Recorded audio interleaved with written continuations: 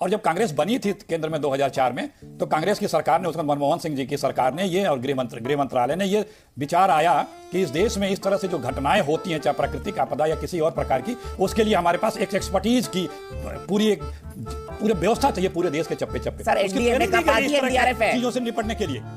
चलिए आप अपना काम कर रहे हैं, करते रहिए, ठीक है। आप तो बड़े भाई, आप कुछ भी बोल सकते हैं, लिस्ट में नाम मत डालना। क्रेडिट अब आप इसका भी क्रेडिट ले रहे हैं, एनडीआरएफ तो इन्होंने बनाई, अखिलेश प्रताप सिंह जी ने। NDMA, national disaster management authority, यानी राष्ट्रीय आपदा प्रबंधन के लिए एक प्राधिकरण बनाया गया, एक संस्थान बनाया गया अटली के समय में।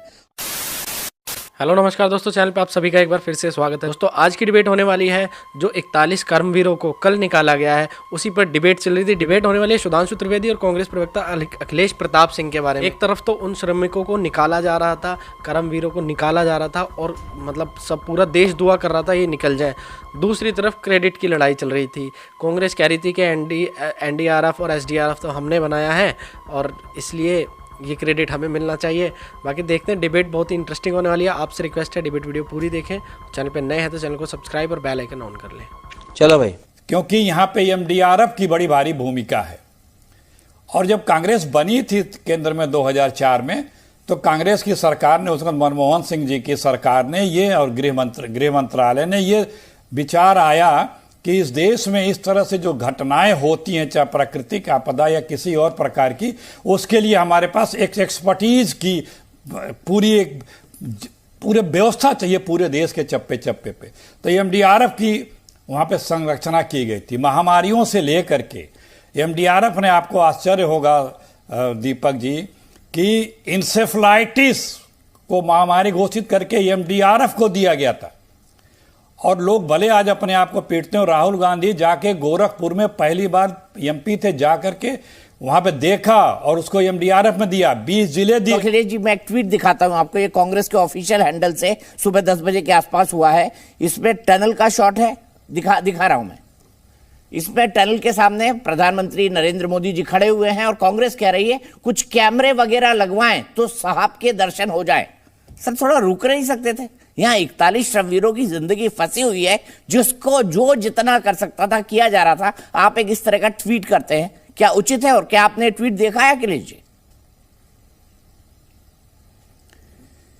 आप ये बताइए, एमडीआरएफ या इस तरह की चीजें गृह मंत्रालय में आती हैं, हमारे गृह मंत्री जी को कभी देखा कि इस तरह के बचाव कार्यों के 14 दिनों में उन्होंने कोई मीटिंग ली और कोई बड़े कार्यक्रम आयोजित करके अधिकारियों के साथ बैठक करके किया? वो तो चुनाव प्रचार में थे। और ये सबको पता है कि जहां कहीं अच्छा होने की संभावना होती है, हमारे प्रधानमंत्री, अभी भी तमाम लोग कह रहे हैं कि हो सकता है प्रधानमंत्री जी पहुंच जाए टनल पे। हमने सूझ थी, दूरदृष्टि थी, एनडीआरएफ की स्थापना की। किस तरह से अखिलेश जी, एक मिनट अखिलेश जी, अब आप मुझे गलत बोले या सही, लेकिन मैं मुझसे नहीं रुका जा रहा है। एनडीए में अटल बिहारी वाजपेयी जी ने बनाया था 1996 या 7 का उड़ीसा साइक्लोन के बाद। एनडीए में जब बना था, क्योंकि तब एग्रीकल्चर मिनिस्ट्री के अंदर राहत और रिलीफ के काम आते थे, नेशनल डिजास्टर मैनेजमेंट अथॉरिटी उन्होंने बनाया 99 में। उसके बाद एनडीआरएफ, एनडीए में नेशनल डिजास्टर मैनेजमेंट अथॉरिटी हुआ, NDRF national disaster relief force हुआ, और उसके बाद SDRF state disaster relief force. ये 99 में पूरा सोच लिया गया था, पूरा सोच लिया गया था। तो मैं, माफ कीजिएगा, मैं आपको रोक रहा हूं, जानकारी दुरुस्त कर रहा हूं। अगर मेरी कोई जानकारी गलत है तो आप मुझे दुरुस्त कर दीजिए। आप गलत तथ्यात्मक जानकारी दे रहे हैं। सुनिए, आप गलत तथ्यात्मक जानकारी दे रहे हैं। जो कांग्रेस ने बनाया उसको अलग एक फोर्स बनाई और उसमें हर तरह के एक्सपर्ट रखे और बाकायदा उनके अलग कैंप हैं, स्टेटों में है, करीब 14-15 स्टेटों में है। तो उसकी तुलना उससे मत करिए। ये बाकायदे एक अलग फोर्स खड़ी की गई। अरे सर, एनडीए का पार्टी एनडीआरएफ है चीजों से निपटने के लिए। चलिए आप अपना काम कर रहे हैं, करते रहिए, ठीक है। आप तो बड़े भाई, आप कुछ भी बोल सकते हैं, लिस्ट में नाम मत डालना। अखिलेश जी का लंबा वक्तव्य कुछ भी मैं नहीं बोलता हूं, मैं तथ्यात्मक बोलता हूं। अखिलेश, सुधांशु जी बताइए, कुछ भी नहीं बोलता। क्रेडिट अब आप इसका भी क्रेडिट ले रहे हैं कि एनडीआरएफ तो इन्होंने बनाई, अखिलेश प्रताप सिंह जी ने। देखिए, मैं बताना चाहता हूं, जो उन्होंने बात कही स्पष्ट रूप से, NDMA national disaster management authority यानी राष्ट्रीय आपदा प्रबंधन के लिए एक प्राधिकरण बनाया गया, एक संस्थान बनाया गया अटल जी के समय में।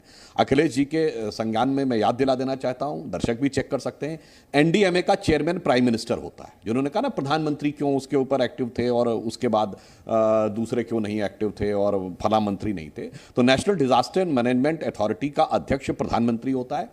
अब वो अथॉरिटी के अंदर भिन्न भिन्न चीजों को टैकल करने के लिए फोर्स बनेगी। आपकी बात सही है, नेशनल डिजास्टर रिलीफ फोर्स बनी। कोई भी फोर्स होती है तो वो स्वाभाविक रूप से रक्षा मंत्रालय के गृह मंत्रालय के परव्यू में आती है अंदर, मगर वो फोर्स तो अलग अलग प्रकार की होगी ना। समुद्र में साइक्लोन आएगा तो उनकी एक्सपर्टीज अलग होगी, जलीय क्षेत्र में काम करने की। यहां पहाड़ में टनल है तो उसके ऊपर काम करने की एक अलग दक्षता होगी। कहीं आग लग जाएगी तो उसकी एक अलग दक्षता होगी। कहीं पर भूकंप आ जाएगा तो उसकी एक अलग दक्षता होती है। तो फोर्स के तो डिफरेंट डिफरेंट डायमेंशन है। तो मूलतः तो एक अथॉरिटी थी जिसके अंदर भिन्न भिन्न चीजें बनी। इसको लेकर किसी प्रकार की किंतु परंतु करने का क्या प्रयास करना। मैं तो सिर्फ यह बात कहना चाह रहा हूं, देखिए जहां क्रेडिट डिस्क्रेडिट की बात है तो मैं केवल ईमानदारी से यह बात कहना चाहता हूं कि क्रेडिट लेने के चक्कर में तो कांग्रेस के लोगों ने अपनी पूरी सरकार, पूरी पार्टी की छवि की तिलांजलि दे दी कि क्रेडिट एक व्यक्ति के पास रहना चाहिए। अब उदाहरण के लिए अभी देखिए, मतलब मैं चलिए उस विषय पर नहीं जाता हूं, अन्यथा इस समय थोड़ा ज्यादा हो जाएगा, कि एक मैटर में सरदार बोल दिया गया था ना प्रधानमंत्री जी के द्वारा। अब सरदार कौन है? टेक्निकली सरदार तो खड़गे जी हैं, मगर सरदार कोई और है। यह साबित करने के लिए, मतलब क्रेडिट छोड़िए, डिस्क्रेडिट लेने के लिए जिस ढंग से उड़ता तीर अपने ऊपर लेने का प्रयास कांग्रेस के द्वारा किया जाता है, मुझे लगता है कांग्रेस को इस चीज से बचना चाहिए। और इस ढंग की आपदाओं के समय में देश में एक प्रकार की भावना रहनी चाहिए। जैसे आप देखिए दुनिया किसी भी दूसरे देश में इस ढंग का डिजास्टर आता है तो सब के सब एक हो जाते हैं। मैं एक उदाहरण देना चाहता हूं, इजराइल हमास का युद्ध हुआ, कितना भयानक नेतन्याहू के खिलाफ पिछले 6 महीने से आंदोलन चल रहा था। तुरंत विपक्ष ने सारा आंदोलन रोका और विपक्ष के नेता नेतन्याहू के नेतृत्व में आकर शामिल हो गए। उन्होंने कहा कि हम सरकार के साथ हैं। यहां पर भैया किसी विषय पे गलवान में कुछ हुआ, हमारी सरकार कह रही उसका नहीं मानना, जो चीन कह रहा उसका नहीं मानना, जो इंटरनेशनल एजेंसीज ने कहा नहीं मानना, उसके बाद इसलिए मैं आ रहा हूं, क्रेडिट डिस्क्रेडिट के चक्कर में मत करिए, देश को क्रेडिट दीजिए, सारे देश के लोगों को, इन सारे लोगों ने जो काम किया है इनको, और आप सिर्फ मोटिवेशन का काम करिए। चाहे मंदिरों का शिलान्यास, मूर्ति पूजन, उद्घाटन सब यही है, शंकराचार्य भी देश के यही है। बस फोटो जहां पे आती हो देश के समक्ष अपने आप को प्रस्तुत करके, अपने आप को सब कुछ दिखाने की, अरे भाई कुछ करो, काम बोलता है। अच्छा जवाब ले ले अखिलेश जी, जवाब दीजिए। आपकी बड़ाई हो जाएगी। यहाँ सिर्फ साहब बोलता है, काम तो कुछ नहीं बोलता, साहब ही बोलता है। दिखाने से किसी के बारे में वो फाइटर प्लेन में तेजस में उड़ रहे हैं तो हवा में बाय बाय कर रहे हैं। अरे अगर हाथ उठाना था तो बोले होते जय हिंद। सुनिए वहां पे हाथ टाटा किसको कर रहे हो भाई? आदत पड़ी है। जय हिंद बोले होते तो हम भी सलूट करते, वहां हाथ हिला रहे हो भाई। सभी इतना सा भी ज्ञान रख लो ना कि अगर आप फाइटर प्लेन में उड़े हो, जहाज में जा रहे हो सेना के, ठीक है रुकिए ना प्लीज, रुकिए ना, सुधांशु जी के लिए वक्त नहीं बचा। बोलो जय हिंद। अखिलेश रुक जाइए प्लीज, बार बार रिपीट। सुधांशु जी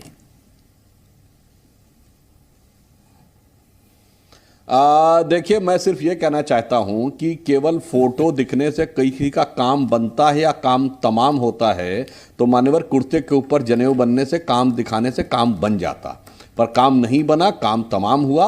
और मैं सीरियस दृष्टि से ये कहना चाहता हूं कि प्रधानमंत्री जी तो शायद इसलिए भी जा रहे हैं क्योंकि प्रधानमंत्री जी तो उस मजदूर वर्ग से उठ के आए हैं। उन्होंने प्लेटफॉर्म पे चाय बेची है, उनकी माता जी ने बर्तन मांजे हैं बुरे दौर में जिंदगी में। ये प्रधानमंत्री जी ने भावुक होकर स्वयं बताया था। आपके जनाब की तरह नहीं है कि मुंह में चांदी का चम्मच लेके आए हो तो व्यक्ति को लगता है ना कि मेरे। दोस्तों उम्मीद है अगर आपने डिबेट वीडियो पूरी देखी है तो आपको वीडियो समझ आई होगी और अच्छी भी लगी होगी।